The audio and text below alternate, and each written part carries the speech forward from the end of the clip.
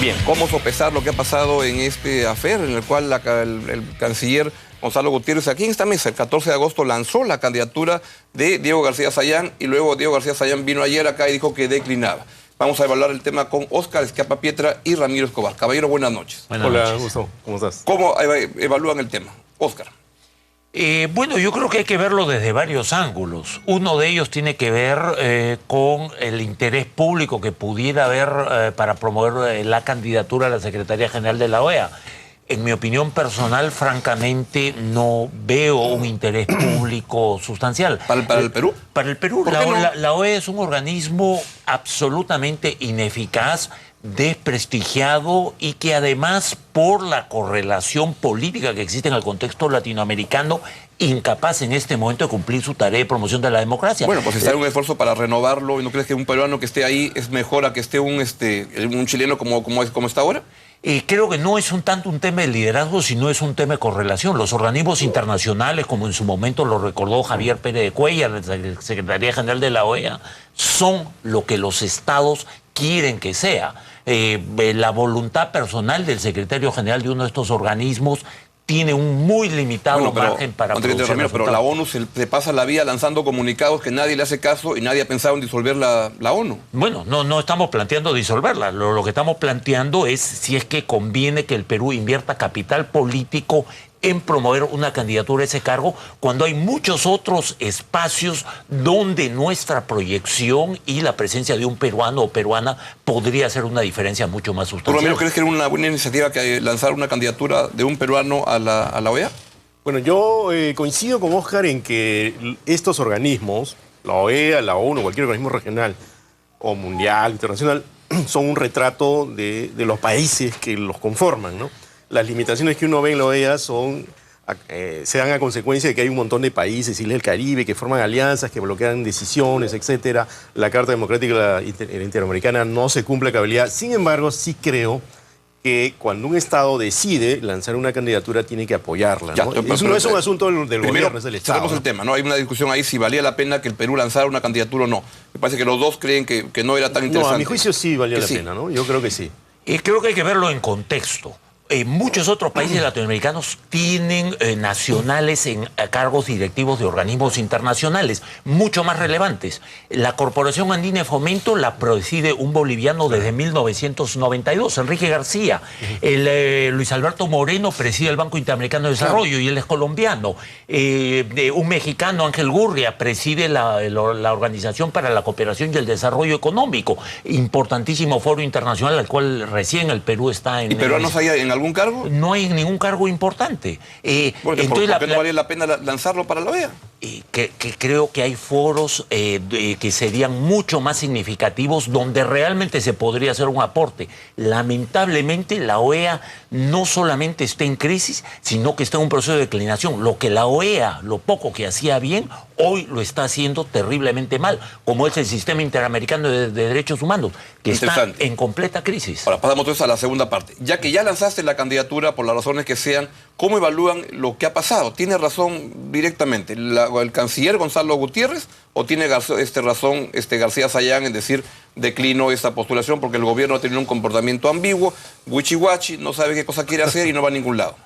Bueno, a mí me parece que en verdad sí es cierta la hipótesis de que esa declaración en torno a la evaluación de la candidatura y el eventual, si no retroceso a falta de apoyo a Diego García Sayán, se debe a la expresión del fujimorismo.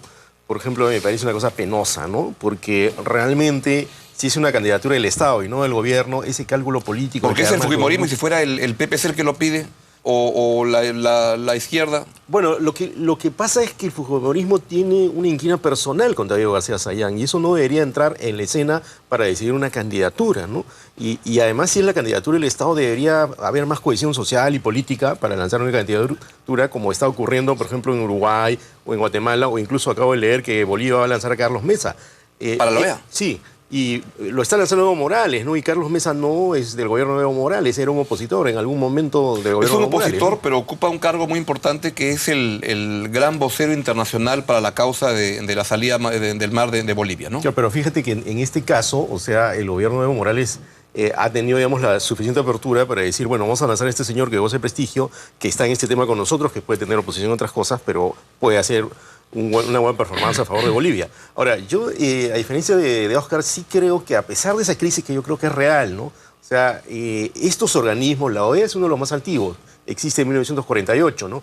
Sí tiene alguna incidencia en lo que pasa en el continente.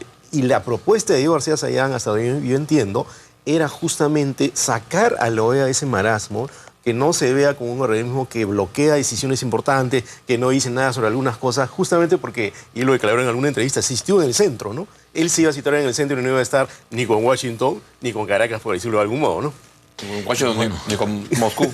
Se metió a... Claro, pero esas son posturas voluntaristas. Al final, las decisiones en la OEA se toman por la votación de los Estados miembros. Mi pregunta es más directa. ¿Quién creen que tiene razón? ¿Gonzalo Gutiérrez o García Sayán? Bueno, yo creo que hay dos ángulos de análisis. Uno es el de política... Dos versiones que son bien contradictorias. Además de dos versiones. Hay elementos de política interna y, francamente, creo que son cosas relativamente ¿Sienten menores. que el gobierno lanzó la candidatura de Diego García Sayán y luego dijo, ¿para qué lo hice? Bueno, la pregunta que yo formularía es ¿cuál es la viabilidad de esa candidatura? En un contexto donde solo candidatos que estén cerca a esta corriente de autoritarismo populista, llámese de los países del ALBA, tiene viabilidad. Entonces? Bueno, esa es una discusión que es válida. Habría que haberla analizado adecuadamente. Creo que desde el comienzo, por la posición que el Perú hoy mantiene en el contexto latinoamericano de relativa independencia frente a este inmenso bloque del ALBA, una candidatura no iba a tener viabilidad. Oscar Ramiro, en lo único en que están de acuerdo García Sayán y Gonzalo García es que la candidatura sí era viable. Dice, me dijo el canciller anoche que habían 26 votos libres, solo 8 habían sido tomados y que era un excelente candidato. García Sayán hizo su ronda y que era viable. Lo único que están de acuerdo es en lo que ustedes dicen que no. Bueno, yo personalmente considero que no era... Es decir, invirtiendo capital político adicional, es decir, cediendo y negociando con estados y dándoles a algunos estados... Pero entonces, ¿para qué lo lanzó? O sea, ¿por qué Torre Tagle no fue y le dijo al presidente Humala su iniciativa no es viable porque no están los votos, porque Venezuela es dueño del Caribe, porque le regala petróleo, eso no es viable? Asumo que son cosas que se han conversado a nivel, digamos, del despacho presidencial y del entorno del despacho presidencial. Y que yo sospecho, no sé si coinciden con eso, que el candidato de Gonzalo Gutiérrez sería José Antonio García Belaúnde, quien fue su jefe como los 5 años que estuvo como canciller. No era Diego García Sayán, que de repente era el candidato de otro lado. Bueno, hay la hipótesis de que Humala tiene distancia con García Belaúnde porque fue canciller de Alan García. ¿No? ¿Qué hipótesis? ¿Qué vas a, ¿qué hipótesis? Por eso Humala tiene distancia de García Belaúnde porque fue canciller de Alan García. Pero fíjate, hablando un poco de los apoyos, ¿no? Brasil y Chile, por ejemplo, están apoyando a Almagro, que es el canciller uruguayo. Porque Mujica llamó a Dilma, llamó a Bachelet, le dijo, por favor, que quiero que nombre. Entonces dijo, ya atracamos con el uruguayo, porque es muy simpático y todo. No solamente por eso, sino que Uruguay, dentro del alineamiento político latinoamericano, está más cerca a los países del ALBA. Hay un elemento adicional. Pero no pertenece a esa corriente. Ya, pero no pertenece. Mujica sí llamó por teléfono. Ollantumala no llamó por teléfono, pero ni a la oficina consular del Perú en Estados Unidos. Bueno, asumo que ha habido una evaluación de parte de Cancillería que probablemente confirmaría que no era una candidatura viable.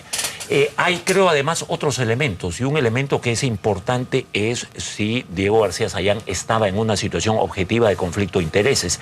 Él es magistrado de la Corte Interamericana de Derechos Humanos. Como magistrado tiene que votar por sentencias que en muchos casos condenan a los estados a los que a la misma vez había solicitado licencia. Había solicitado licencia, así es, pero la situación de conflicto de interés es una situación preexistente. Pero no solicita licencia y si lo eligen ya renuncia.